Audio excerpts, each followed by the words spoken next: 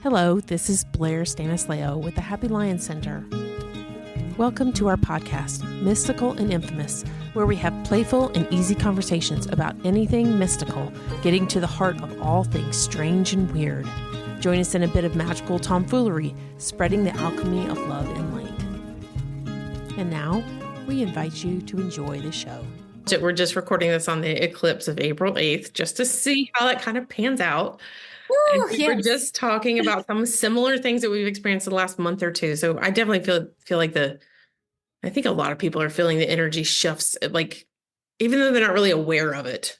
I think things like that happen. And a lot of times, if you're aware that you can pay attention to the sky, then people will acknowledge and say, hey, what's going on in the sky right now? Because it's really weird. One of those things was actually when I was a teacher, there were times that we would all be teaching, going about business. And if it was Friday the 13th, as weird as that is, I mean, that's a subconscious thing too, I'm sure. But really on those days, especially if it was in October, the kids would just be like bonkers, like not paying attention, not doing like they're supposed to do on a regular basis, that kind of stuff. And so we definitely, as teachers, noticed that. But I think anybody. How much of it is them picking up on everyone's projections about the significance of that day? Like, right. I don't even think it really matters. Yeah, exactly. Yeah. I think it's happening now too with the eclipse too, because I don't know about you, but I'm seeing a lot of stuff put out there. A lot of it on some level is fear-based, or it feels like it's fear-based. And it's crazy that, I mean, I am an astrologer. I do astrology.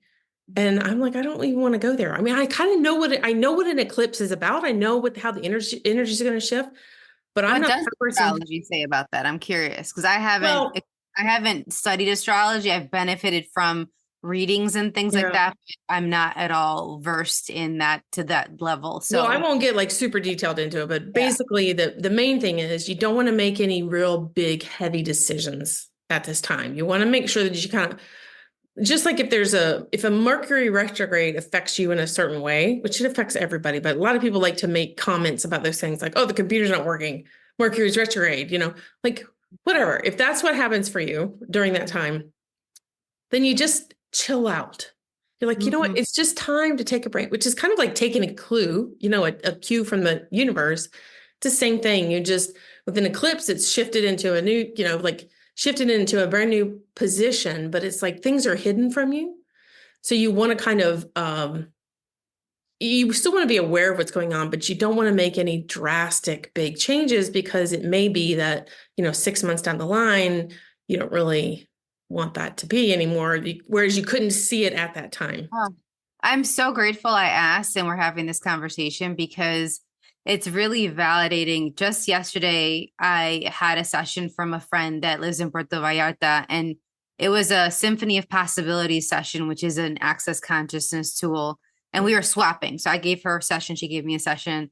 And one of the things that I asked for from the session is to get clear on my energetic priorities moving forward and having the words for those energetic priorities, because usually they come very easily for me. And I was like, it feels hidden. And so when you said hidden, I was like, why is it so tricky to have this illuminated? And so then one of the words or phrases that came up for me, and I'm literally looking at it, I was looking at it before our talk right now, I have it right here in a little post-it, is illuminated paths was one of the things that is a priority moving forward. And recognizing that as I'm illuminating my path, given who I am, it often facilitates other people to be clear on their path. And it allows me to know when it's time and how to illuminate people's paths with them.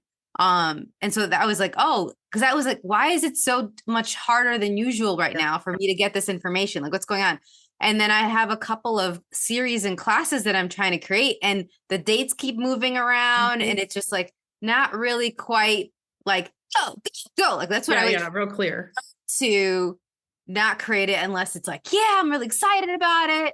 And also until the class is saying, okay, now I'd like to manifest. I'd like to be instituted into the world and show up in the world. And so you saying that, I was like, okay. And so I never thought of it with eclipse because I don't think I had that in other eclipses, like the sense of like things being quite this hidden. And it definitely got illuminated that, yes, let's pause. Yes, wait. I took a nap before we started recording today. Like I was like 15 minutes. I was like, let me set up my light, my mic's okay, but I was resting. So thank you for that piece. And it really connects a lot to what we had talked about potentially discussing today around addiction and how families deal with that, how I've dealt with that, because that's something that I could recognize at an early age that I didn't know I was doing it until like my 20s or 30s.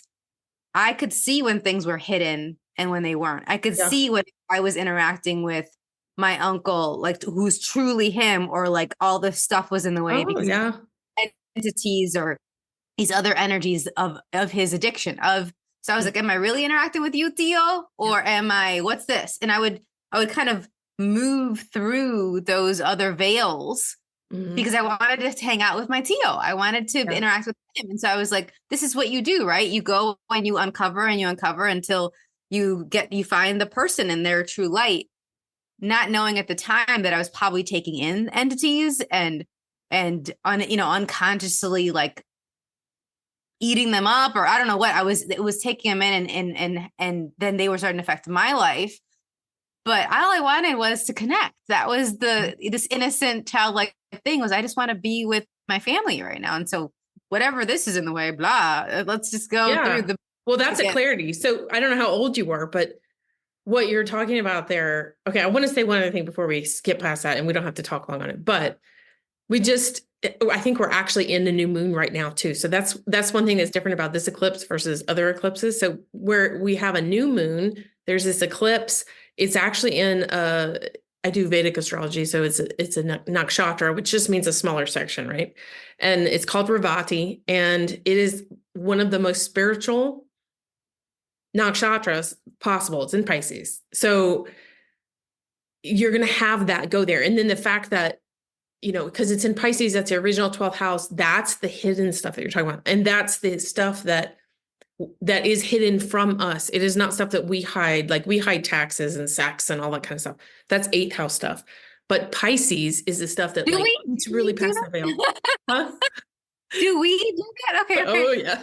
Well, yeah. As a society, humans in general, they do. But this is really the actual real veil between the 3D world and the dream world or the spirit world or whatever you want to call it. And so it really is very right for that. And it's beautiful. I'm so glad you're talking about this because that is a perfect description. I heard, I was listening to something from Bashar, and he's got stuff everywhere. Do you know who Bashar is? The name is clicking my brain, but I'm not. So the person, he's an entity that is channeled through somebody named Daryl Anka, I think. I would say Anka, but anyways, he's been doing it for like 50 years. Mm-hmm. And he has a lot of really profound things to say. And he says them over and over, and he entertains the questions with people and so forth. And he was actually addressing, and I'm actually taking a channeling class too. So I'm glad this all came up, all synchronistic. People they get concerned about this idea of lower energies or, negative entities and things like that. And the way that Bashar described it was for you to have an interaction with a lower vibration, something, essentially you're either raising or lowering your vibration to meet that energy wherever it is. So his stance on it is that if you keep your vibration high, those energies aren't going to come in. Like they're just not going to resonate with you. It's kind of like, I don't know. You soar over them or something. Well, it's almost, I know this is going to sound strange, but it's almost like you don't really exist even on the same plane. Like he described it one time talking about the multidimensionality. Okay. Like, we have a lot of people say 5D, whatever Ds they are, right? Like all the different dimensions, we're going higher. He described it like this: we're all existing, it may be in different dimensions at the same time, and we actually interact with each other. So we kind of we lower our vibration to deal with this one person, then we raise our vibration to go with this person, and then we raise our vibration higher when we're by ourselves and connecting to spirit, right? So, but in between those dimensions, it's like a glass wall. You can see them, you can interact with them, but whether you choose to put your energy towards that, that's your choice. So you're in complete and total control over that.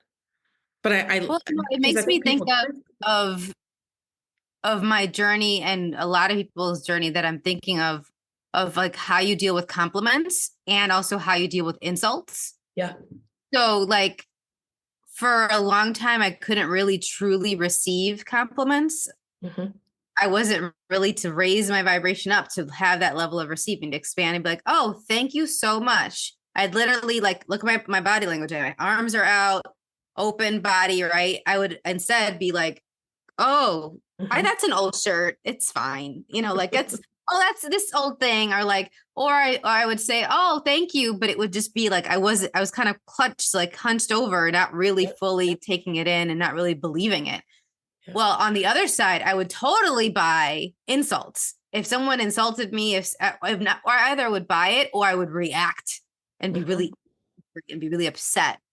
And now it's the opposite. People, say, "Oh, what a lovely shirt," or "Oh, I really like this podcast that you were in," or whatever it is. And I'm like, "Oh, thank you so much. I'm so glad that contributed to you." Or "Oh, Yeah. thank you. Would you like to know where I got that? I've had this for so many years, and I love it. It's like my go-to outfit for when I travel or whatever it is."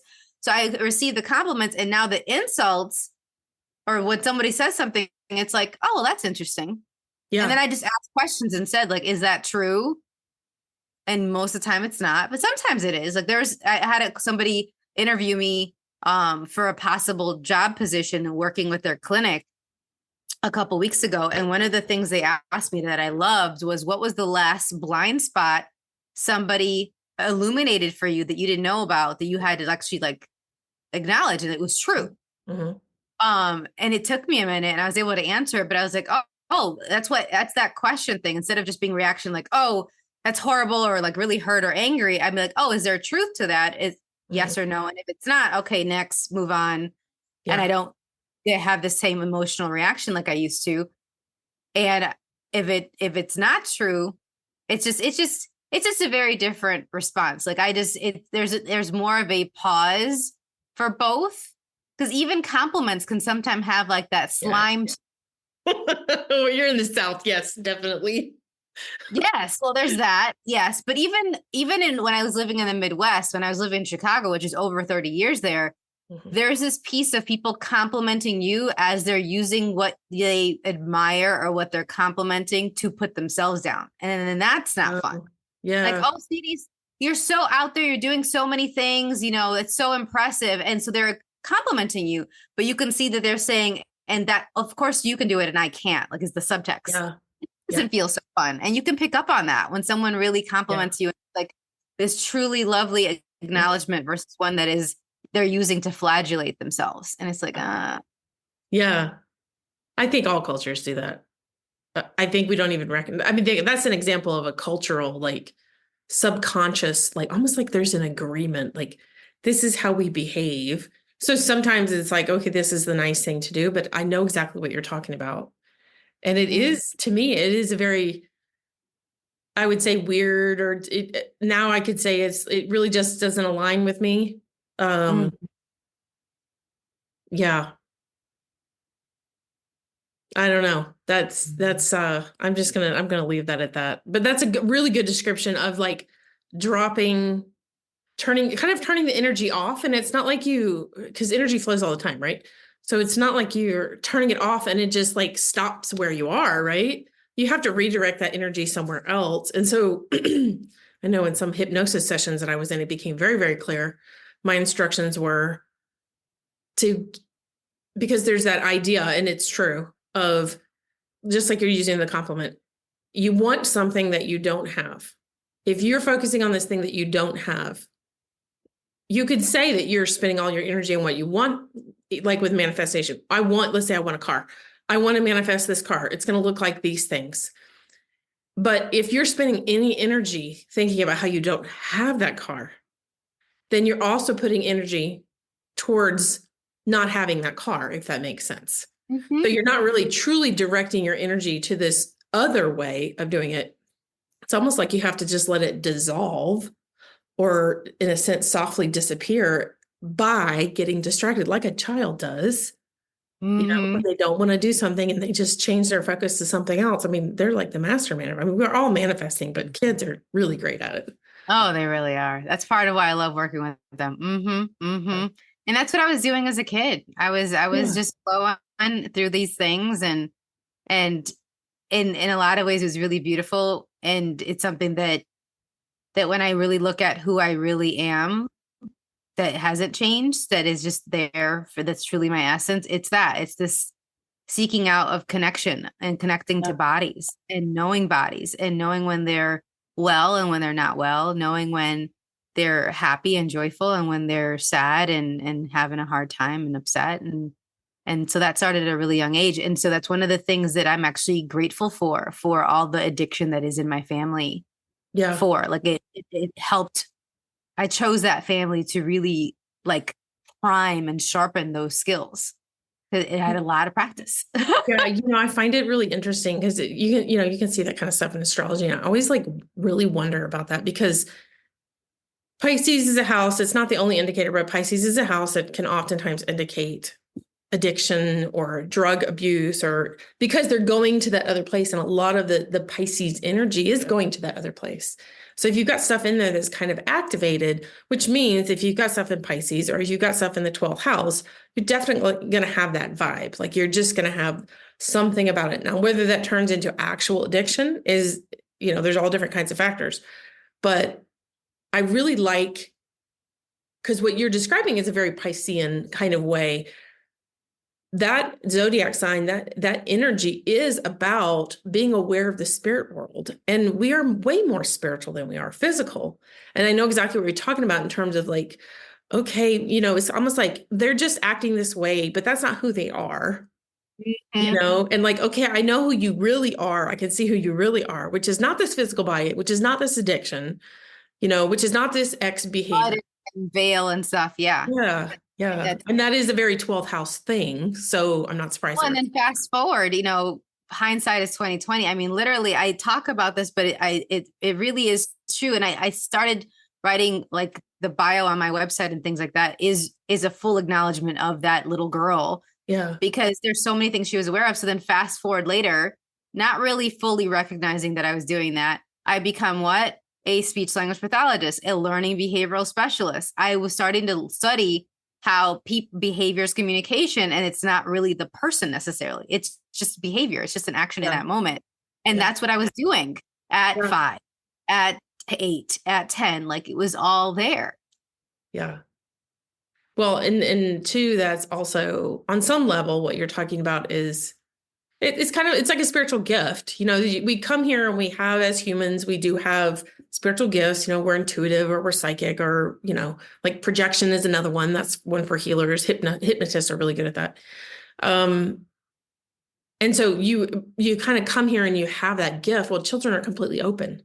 So they move fluidly between the spirit world and the physical world. So they can just, okay, well, I've got this thing. Well, now I know, this is actually who my uncle is for these 15 minutes I get to see. But if we see him in the afternoon, he's not really like that. And I don't, you kind of know naturally, like, I'm not going to put my energy towards that.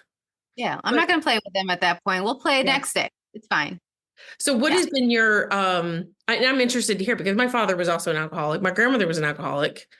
And I thought that I don't know if they say thought I had dealt with it, but I had an interaction after my first husband died where somebody was with me. It was somebody that I knew. He had hired this guy. And I knew that this guy had drug issues, but I hadn't really been around the guy. I didn't really have a choice. He was the help I had. So he came with me and he got a beer at dinner and like, I had a hard time getting him to leave. So I called my friend and I'm like, look, your friend that is supposed to be here is helping me. And now I've got 2 vehicles down here in this city and we've got to drive 50 minutes. He's got to drive one of these things. And I'm really upset because it was a very tumultuous time for me. It was really high stress. Yeah. And luckily he got him to get out of that and go ahead and go on home. But I did notice like my reaction to that was not calm. We'll put it that way. Like and it was like a guttural, I now know that that was a trauma. That was a trigger for my trauma that I really hadn't dealt with. And it really did rely around alcoholics and dealing with an alcoholic and what do you do, that kind of stuff. So I'm curious to know like what was more specifics about what was your experience and what kind of did you get out of that? I was really fortunate where it was very much in the periphery. My mom her dad was an alcoholic, and then all of her four brothers have a different relationship to alcohol than she ever did. She was always like the second mom to them. Growing up, she was the oldest, and then there's the four brothers after her. But they all were seeing him do this. That was their model for masculinity in Puerto Rico. And to this day, it's very common for people to be drinking while driving. Like they have a can of beer while they're driving, picking you to and from the airport. It's not unheard of to do that. So I would see it, and I would just, I was code switching in every area of my life. I was code switching within my own family. So I would switch, and I would like, oh, these are the rules of our immediate family with my mom and my dad, who didn't really drink and were never drunk until their 40s. Funny enough, they both called me the first time they were drunk to tell me they were drunk, or at least to tell me, I think I'm drunk. What are the signs? Like, they were so innocent because they had let themselves go there because they saw how prevalent this was in their household, that they really avoided it. They still drank wine and beer, but they never did it to excess at all, and still don't. Both of them do. So it was I felt very protected while still being very aware that my extended family was dealing with some very extreme, not just issues with their own personal life, but also how it affected their relationships. Like two of my uncles have lost their licenses, their driver's licenses because of it. One was not only addicted to alcohol, but also to drugs, was in and out of rehab. They've been in and out of jail. How my grandmother enabled it and responded to it was really interesting. So just seeing all this with curiosity and with just being like, oh, this is entrenched. Like it wasn't just my uncle, my mom's generation, and then my grandfather's. It's been when you started hearing the other stories, it's like, oh, it's like that you see the whole lineup, like an Avatar, where you see all of the bodies that he'd had before, the Avatar Last Airbender. Like you see it I'm thinking of the cartoon one. I haven't seen the live action one yet. I'm waiting. It's a little treat. It's a little treat for me to watch it. But that's one of the things I think of when it comes to ancestral things, is like how many of you were your very own ancestors that are rippling this in forward. And also, yes, how are you impacted by all these other generations that were doing very similar patterns that didn't have other ways of dealing with the grief, with the stress, with the on and off unemployment, with, all these, there's no therapy. The bar was the therapy. Yeah. And when my little uncles, when they were kids, they would be for them to find their dad, they had to go to the bar to find them. So they were seeing all these men. This is how you connect. This is how you camaraderie and companionship, is you drink with your buddies. And then they were athletes on top of that. And so it's just a lot of things that were enmeshed in masculinity, that it was interesting because given all of those narratives and those patterns, I didn't think of the other side of, okay, being a woman in this family, how does that impact things? The codependency, the people pleasing, the hiding things, the covering for them, to being in control of all the stuff because you can't count on the men because they're probably, which I assume is something, those are things you've had to deal with personally, energy you've had to shift. And I did that even though both my parents weren't alcoholics, and I wasn't dealing with that on a day-to-day basis like my cousins were, who that was their fathers who were the alcoholics. Yeah. It really changed the trajectory of our lives. I think that what we were exposed to, the jobs that they had access to, the money they had access to, the possibilities they had access to, and then how it affected their lives was completely different because of our parents' choices or no choices, depending on the situation. So so it's interesting that the codependency, the people pleasing, the matriarchal systems were still there, even though the addiction piece showed up differently. And then we were so vigilant, and I was so vigilant about alcohol that I was blinded to other addictions. Oh yes, that's what came to mind when you were talking about that. So my father died when I was 11. Yes, he was an alcoholic. And then my husband died when my son was 7. Okay. And I remember within the very first few months, I mean, of course, it's just a whirlwind of grief and so forth. But I remember definitely within the first 6 months, that my son, he had just gotten to the age where he was actually really reading, and then he would just have his nose in a book all the time. And so I would ask him questions sometimes or whatever, and he would use that book as an excuse to not answer. And I don't mean like just every day. I mean, like anytime he didn't want to deal with the outside world, we go to the book. Well, he's in a family of teachers. So, it was hard for me because I was like, oh, I have a really hard time. I really want to take that book away from him, but he's definitely using it. It's definitely a coping mechanism because That's what I did. I could totally like that. Yeah, That's all addiction is that. Yeah. I've literally been in books constantly, and I recognize that I'm dealing with stuff and I'm using it to disassociate. Yeah. And one of the things that I learned from reading Oprah and Dr. Bruce Perry's book, What Happened to You, which is also behind me right here. Okay. Right here. Yeah. Is I thought all disassociation was bad. And there's actually healthy ways of disassociating. And then but it's also like being intentional and being aware of when you are doing it, and also giving yourself a parameter of how am I going to transition out of it when I need to go do this thing that needs to be done, or when I need to go have this conversation, or when I need to go pay my bills or get work done, whatever it is. And that's part of what's going on right now. Is that I just found out yet another family member passed away on Thursday. That's another thing that I didn't think I got to tell you before we started the recording. And it was bringing up stuff again. I was like, I'm riding the wave because it's been like 17 people. And so it was bringing up the onslaught of all these other passings, even though this has probably been the longest between passings in years. We've had a good 5 months, 6 months since the last one, but it was like literally sometimes multiple in a month or 1 month in between. And so to the point that it was like, when the phone rings, that was what I was worried about. I was like, who's dead now? Who's in the hospital? What's going on? So this was a little bit different. And yet I recognized that I was going into my books again or taking a nap, not because I was tired physically, but I was emotionally like preparing, let me cave a little bit, come out and deal with this stuff, whatever that is. What's the next call? What's the next real wake that I got to plan or attend? Okay, got it. So I get what I was doing. Absolutely. I did that my whole childhood. Yeah. And whatever we learned in childhood, that continues to carry on. And it's not, I mean, would you consider that based on your experience, would you consider going into a book a healthy way of disassociating? The way I'm doing it now, I don't think it always was. I literally was blocking out the world and not wanting to hear my parents argue. And they were separated, and then they got divorced when I was 11. There was a lot of stuff with bullies that I would just go away and go into my Greek mythology book, because I would literally be crying home. I would come home crying every single day, 7th grade. So like, that was the best I did given what I had available to me. Now I can be more intentional and conscious of it and have those. Okay, I set an alarm when I went and took a nap and dissociated today. I was like, I'm going to wake up and I'm going to be refreshed. And I'd use some other tools like future pacing.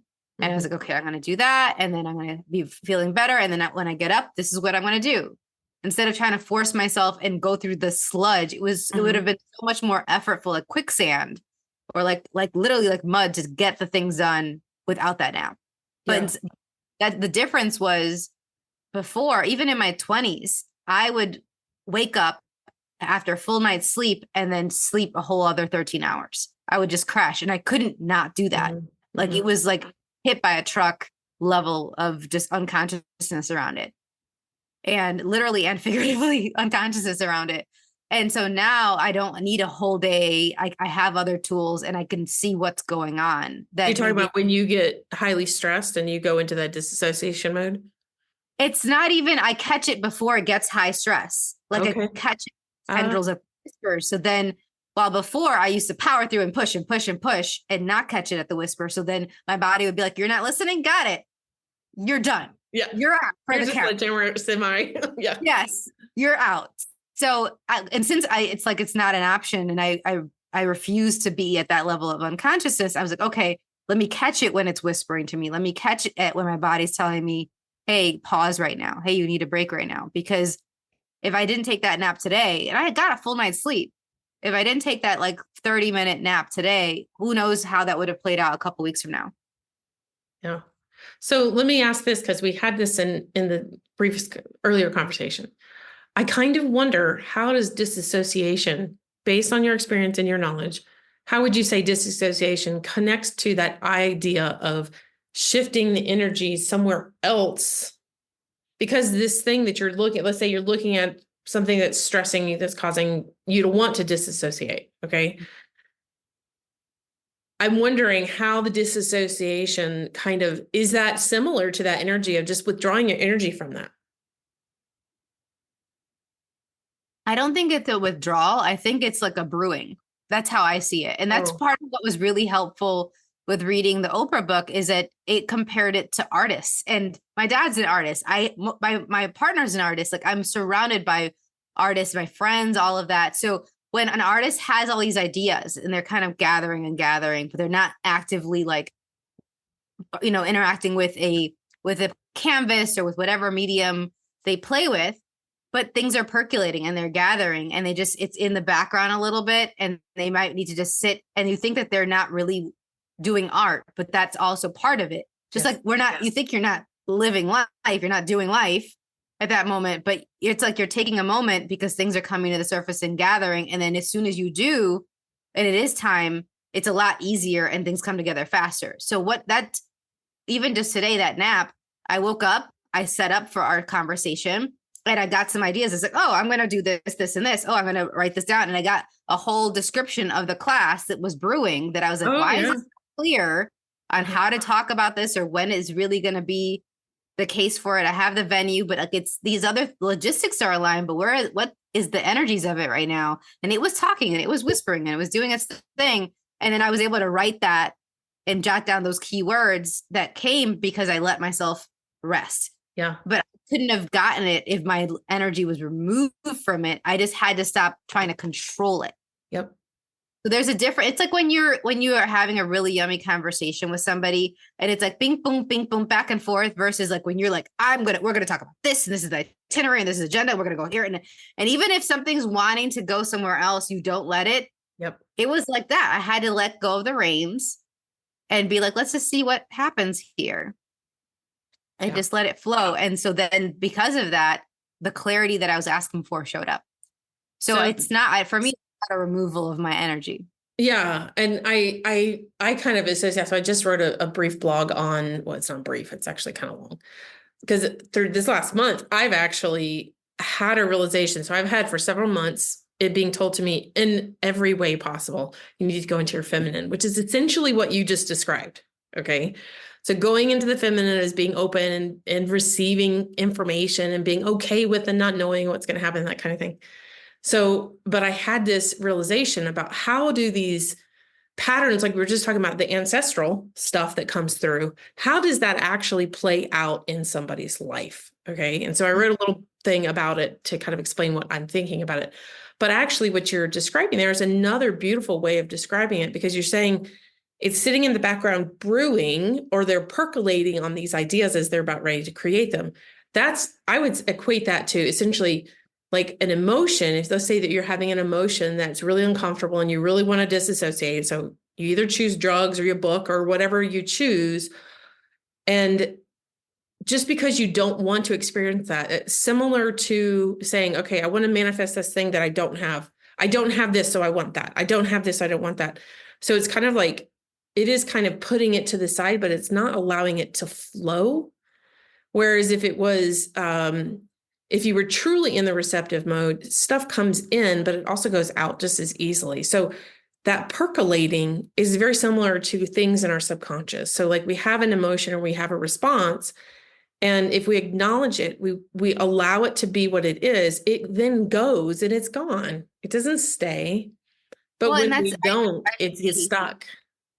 And part of it is it's not always an unpleasant emotion. So like today, there's a distinction between, oh, this is bringing up stuff, which was this weekend more. This is bringing up stuff about the past, people who've passed, and my aunt passed away on Thursday. And so, okay, whew, that's another one. Here we go. Okay. And I did the rest. And in the sense of, I didn't sleep a lot, but I did a lot of rest. I let myself not do a lot of work this weekend, which is not always the case. And I was just like, okay, I'm going to do this. I was in nature. I got my cuddles in with my pup. I was like, all right, we're good. I woke up today ready to go. I had some early appointment. And then what was coming up instead was like, it's not the time for me to do anything right now. And one of my other appointments got canceled. So I could force it. But then as soon as I was doing that, I was like, this is like sludge. Like I'm literally can't really hold on to thought right now. It's just like I'm grabbing on wisps of, it's just not, there's nothing to grab onto right now.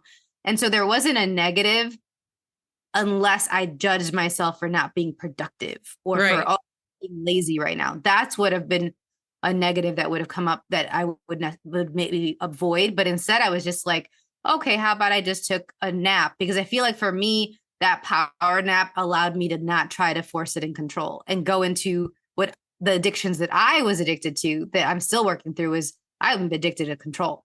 I was addicted to creating a lot, to putting a lot of pressure on myself, to being perfect. Like there was a lot of that stuff. And so that's when we were talking about earlier about when you have so many other addictions that are so dramatic and loud, like alcoholism. At least it certainly was with my family. It was very dramatic, very loud, lots of repercussions. You could see it really clearly. It kind of blinds you to some of these other ones that are so sneaky and so pervasive and so common to the point that most people are normalizing it. That you're not identifying them until maybe there's your own dramatic around it, which is what happened. I mean, it brewed. It definitely developed and got more and more intense over time until finally it's like, okay, if you don't deal with this, you're going to die. Okay, got it. But there's so many. I think that's the case with a lot of people is that unless it's drugs or alcohol or sex or something that is, newsworthy, like, on the tabloid worthy, they don't really see it as an addiction. And one of the things that helped shift that for me was this book called Right Recovery for You by Marilyn Bradford. Have you read it or heard of it before? One of the ahas that she says in there was any addiction, whatever it is an addiction to unconsciousness. So you not being aware of something, not being willing to be aware of something. Yeah. And so as soon as that was the new operational definition, man, we're spotlights. Yeah. I was like, I'm not willing to be aware of this. I'm not willing to be aware of this. I'm not willing to be aware of this. Oh shit. Yeah. Addict too. It just not like my uncles were. And it allowed me, I was already not really judging them as much. I was worried about them. I was worried about my cousins. I was worried about them hurting somebody on the road or things like that. But it allowed me to have so much more compassion and empathy for them because it wasn't, oh, you're an addict. And it was like, over there, you're an addict. It was like, oh, we're addicts. It's just you're different than me. Yeah. Well, I find that really, really beautiful because the way you're describing it, I actually did touch on in that same blog. So it's kind of funny that you actually said it like that. So this major energy shift that I had in the last month was I went on a trip with my family. We went on a road trip. So we're in a car and we drove a long distance. Okay. It was actually a really great trip. We were really blessed to be able to take this trip. Okay. But I'm in the car and the circumstances are such that we've got 3 teenagers. So one of them was kind of, had been a little bit annoying and it was bothering me. We'll say that. Okay. It wasn't really that bad. But being in the car and the fact that a grandmother figure was there reminded me of my childhood when I went on trips with them in a car and there was somebody that was like that and they were ignored or their behavior was ignored and it just triggered everything in the world from me from my childhood. Here I'm an adult in a happy marriage with a lovely family, 3 great kids. And here, this is how I'm responding, right? Like, it's exactly what you're talking about. It's like, okay, everybody has their way of reaching that peak. And so that's what it was for me. But I've known this for a really long time, but I don't think it hits home until it really becomes very visible to you. Trauma is defined by the person. It is not defined by a generic term. Like trauma, PTSD is the only kind of trauma you can have. No, that's not actually true. I mean, it's ridiculous, I think, from what the world has taught me to say, I was traumatized as a little girl going on trips with my family. I went on vacation. I'm enjoying, like I'm having a blessed time, right? And here I'm saying I'm traumatized. But if I'm being truthful, I really was. I was absolutely traumatized, and it came out when I'm 46. Well, and how much of that is also you're someone that's a white woman in this world. And so there's like, how dare you with your entitlement of being able to go out and like complain about that. And so then they start to invalidate your experiences, which are absolutely true and valid for you because of this other stuff that it's like, if you really want to deal with trauma, like the trauma test, like, let's have a contest. Exactly. Yeah. I don't want to win that contest. Like, let's not. But just because it could be worse or someone else's experience could have been different in a more dramatic way doesn't mean that you weren't traumatized in that moment. Like, yeah. So I mean, you can say that as a healer when you're working with people, you can say, and I think pretty much healers when they're working with the person one-on-one, they can say, that's your trauma. And a lot of times I'll say, that's your trauma. And they look at me like I'm looking at you like, well, that's crazy. That's not trauma. That little thing, I didn't get the ice cream I wanted or whatever. But it's true. The trauma is defined by the person who's experiencing it, period. That's you have to look at it not from you as an adult, but you as that child in that moment. How did you see it? You don't have all these examples of war and all these other traumatic events that other people are experiencing. So you're not doing the comparison game. It's just you in that moment and how you're feeling. And you felt a certain type of way that then led to this being like a traumatic event for you. Now, is it going to keep traumatizing you? Then you get to decide if that's going to be the case as an adult. But to say, oh, just because through the eyes of an adult, I wouldn't call that trauma now with all of this experience and all these other examples I have really keeps things hidden from us that we then don't get to address. And then we keep having it come up in these unexpected blindsided ways. So you're like, oh, here you are to wake me up to something else I have to work on. Yay, more self-work. I know, it's like never ending. So I'm doing dream interpretation. Okay. And I've come a long way since we last chatted. But when I first got my first dream interpreted by Michael Sheridan, the questions that he asked me, my first response was, no, I don't feel like that. No, my parents weren't like that, And then it took me about 2 weeks. And then I realized, wait a minute. Yes, I do feel like that. And yes, that did happen. And it wasn't just that was the situation. It was like, I never verbalized that feeling, let alone like it, not only did I not say it, but it didn't even come into my conscious awareness that I could have put words on it, but that didn't mean I didn't experience it. Exactly. And so it's interesting. You're talking about the, like, okay, here's more self-work. But if you have something that illuminates, like that book, right, was illuminating, here's a new way of looking at the world, then you can start to see it. And as I'm going through this program, I'm one of the things you do is called cutting the ties. Okay. And I've heard about this for a while. It's basically you cut ties with your parents, meaning whatever issues you had growing up. Doesn't matter if they're, like we're talking about that objective description of trauma. Doesn't matter about that. It's just how you responded to it. And I kept asking, like, well, what is this thing? Because it's in the future. We're not doing it yet. What is this thing? Something's going to be like really painful, like really, really hard, like ruin my whole life, And I finally talked to another person who has done it. And she essentially said, no, really what it is it's an awareness. It's just like you're talking about that book. It's bringing an awareness to, hey, there's this feeling that you had that you haven't dealt with. And when you're sleeping and you've got no other influence and you're dreaming about this, it means it's impacting your life, And so it's a really, it's an interesting way to access that subconscious to try and figure out what are you working on next. Yeah, that's part of what I love about the dream world. And just a lot of those other realms in general is they can be playgrounds for you to explore without necessarily all the pressures of the living on this planet and be like, okay, what is the things that are hidden here that are secret, that are things for me to work on? What are some of the playtime things that I could nurture some more and institute in my life, that encourage and nurture that childish enthusiasm for living? Because if you don't have that, like, it's like, what are you doing here? Like, what?